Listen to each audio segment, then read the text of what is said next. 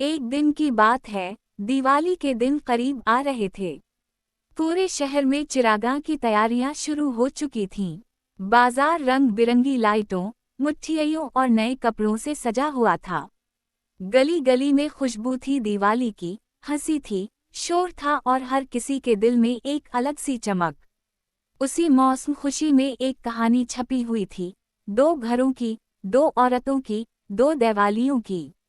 एक थी निशा, जो अपने मायके में थी, और दूसरी थी पूजा, जो अपने ससुराल में दिवाली की तैयारी कर रही थी। निशा एक खुश मिजाज, थोड़ी नटखट और थोड़ी जज्बाती लड़की थी। शादी को एक साल हुआ था और इस बार दिवाली के मौका पर वो अपने मायके आई हुई थी। जैसे ही वो घर के दरवाजे पर पहुंची, माँ ने दरवाजा खोला और कहा, आ गई मेरी लाडली। देख तो, कितना सोना सा लग रहा है तेरा चेहरा। निशा ने माँ के गले लगकर कहा, अम्मी, बस आपके हाथ के खाने की खुशबू ने ही वापस खींच लिया। माँ हंसी और बोली, चल बेटा, पहले चाय पी, फिर चल बाजार। इस बार दिवाली की शॉपिंग हम दोनों मिलके करेंगे। इधर निशा का मायका एक मेला बन चुका था। अब्बू दिवाली के दिए खरीदने में मसरूफ थे, छोटा भाई रंग बिरंगी लाइट्स लटकाने में लगा हुआ था, और निशा के लिए एक लंबी लिस्ट तैयार थी, साड़ियाँ, झमके, चुपलें और मिठाइयाँ। निशा के दिल में एक अजीब सुकून था। माँ की खुशबू, माँ की आवाज़, अब्बू की बातें, सब कुछ उसे बचपन की याद दिला रहे थे। बाजार पहुंची तो आंखें चकाचौंध हो गईं।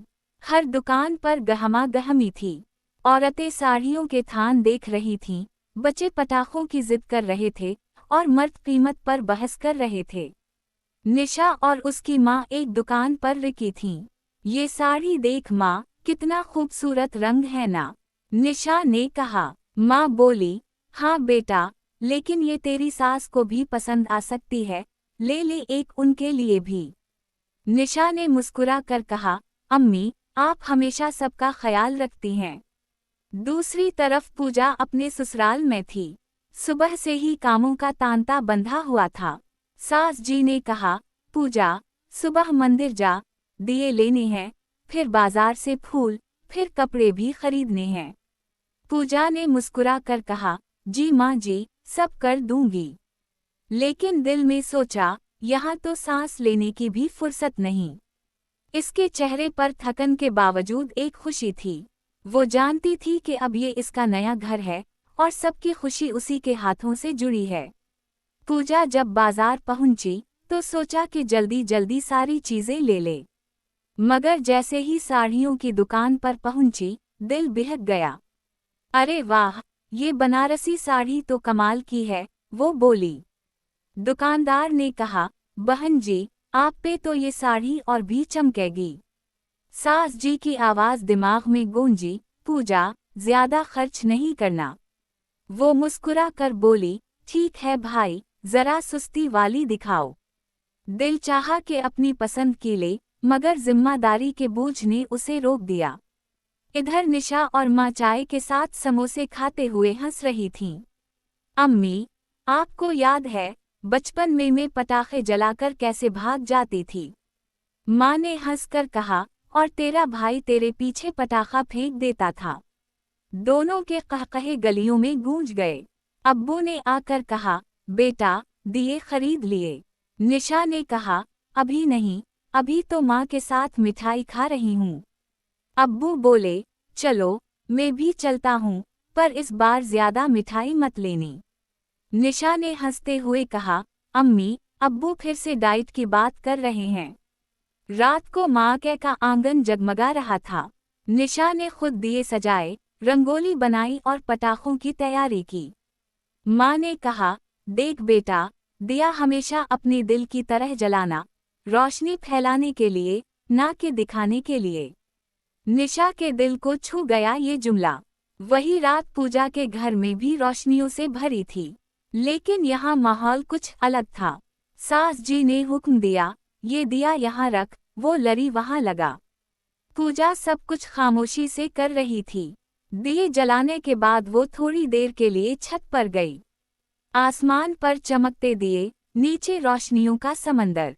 उसने दिल में सोचा, दिवाली तो सबके लिए है, बस किसी के लिए सुकून की, किसी के लिए जिम्मेदारी की। निशा की माँ ने उसे चूड़ियां पहनाते हुए कहा, बेटा, ससुराल में हमेशा सबका ध्यान रखना, लेकिन अपना दिल भी मत तोड़ना। निशा ने सर हिलाकर कहा, अम्मी, वहाँ भी दिवाली मनाऊंगी, लेकिन यहाँ वाली दिवाली जैसी खुशबू कहाँ मिलेगी। दूसरी सुबह निशा जागकर अपने पुराने कंबल में लिपटी हुई बाहर आई, जहाँ माँ चूल्हे पर चाय बना रही थी। अम्मी, ये चाय की खुशबू तो किसी अतर से बेहतर है, वो बोली। माँ ने कहा, तो फिर कभी कभी आ जाया कर, ताकि ये खुशबू बाकी रहे। निशा ने हंसकर कहा, अम्मी, आपको पता है, ससुराल में भी सब अच्छे हैं, बस थोड़ा कम वक्त होता है। पूजा भी सुबह उठकर मंदिर गई। वहां उसने एक छोटी सी बच्ची को मिट्टी के दिए बेचते देखा। बच्ची ने कहा, दीदी, एक दिया ले लो, इसमें रोशनी है। पूजा ने मुस्कुराकर सारी टोकरी खरीद ली। उसके दिल में एक नरमी सी उतर गई। वापसी पर सास जी ने पूछा, कितने के दिए लिए? वो बोली, बस थोड़े से, माँ जी। इस बच्ची के चेहरे पर दिवाली आ गई थी। सास जी ने कुछ ना कहा, बस चुपचाप उसे देखती रह गईं। दिन गुजरते गए, दोनों घरों में तैयारी उरूज पर थी।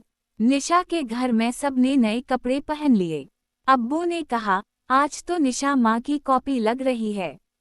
सब हंसने लगे। दूसरी तरफ पूजा के घर में ससुराल वाले मेहमानों का इस्तकबाल कर रहे थे। पूजा ने मिठाइयों की प्लेटें सजाएं, दिया जलाया और सबको प्रणाम किया। रात को दोनों ने आसमान की तरफ देखा। निशा ने अपनी माँ के साथ फुलझड़ियाँ जलाईं। पूजा ने अपने शौहर के साथ छत पर खड़े होकर आतिशबाजी देखी। दोनों के दिल में एक ही एहसास था, दिवाली सिर्फ रोशनी की नहीं, एहसासात की होती है। निशा के दिल में सुकून था, लेकिन एक हल्की सी उदासी भी, कल उसे वापस ससुराल जाना था। माँ ने चुपके से इसके बैग में मिठाई रख दी और कहा, ये तेरे ससुराल के लिए, और ये तेरे लिए। निशा ने माँ का हाथ पकड़कर कहा, अम्मी, आपकी बनाई मिठाई से बढ़कर कोई तोहफा नहीं। इधर पूजा के ससुराल में सब दिवाली के बाद के कामों में मसरूफ थे। पूजा ने थकन के बावजूद सारा घर साफ किया, फिर बैठकर चाय पी। शौहर ने आकर कहा, तुम थक गई हो, थोड़ा आराम कर लो। वो मुस्कुरा कर बोली, दिवाली खत्म हुई, मगर दिल की रोशनी अभी बाकी है। रात के आखिर में निशा खिड़की के पास बैठी चांद देख रही थी। उसने माँ के घर की आवाज़ें याद कीं, हंसी, खुशबू, रंग। दूसरी तरफ पूजा अपने आंगन में बैठकर दिए बुझा रही थी। इसने आहिस्ता से कहा, हर दिया खत्म होता है, मगर इसकी रोशनी दिल में रह जाती है। इस दिवाली की रात ने दोनों को एक सबक दिया, मायका और ससुराल दो अलग जगहें हैं, मगर मोहब्बत, सब्र और रोशनी दोनों में एक सी है। निशा ने जाना कि माँ के की खुशी बचपन की याद है और ससुराल की दिवाली जिंदगी की हकीकत। पूजा ने समझा कि चाहे जिम्मेदारियां कितनी ही हों, अपने दिल में अगर रोशनी रखो तो हर लम्हा त्योहार बन जाता है। यूं निशा की माँ के वाली दिवाली खत्म हुई, मगर उसके दिल में वो खुशबू रह गई। पूजा की ससुराल वाली दिवाली भी खत्म हुई, मगर उसके चेहरे की मुस्कुराहट में एक इत्मीनान आ गया।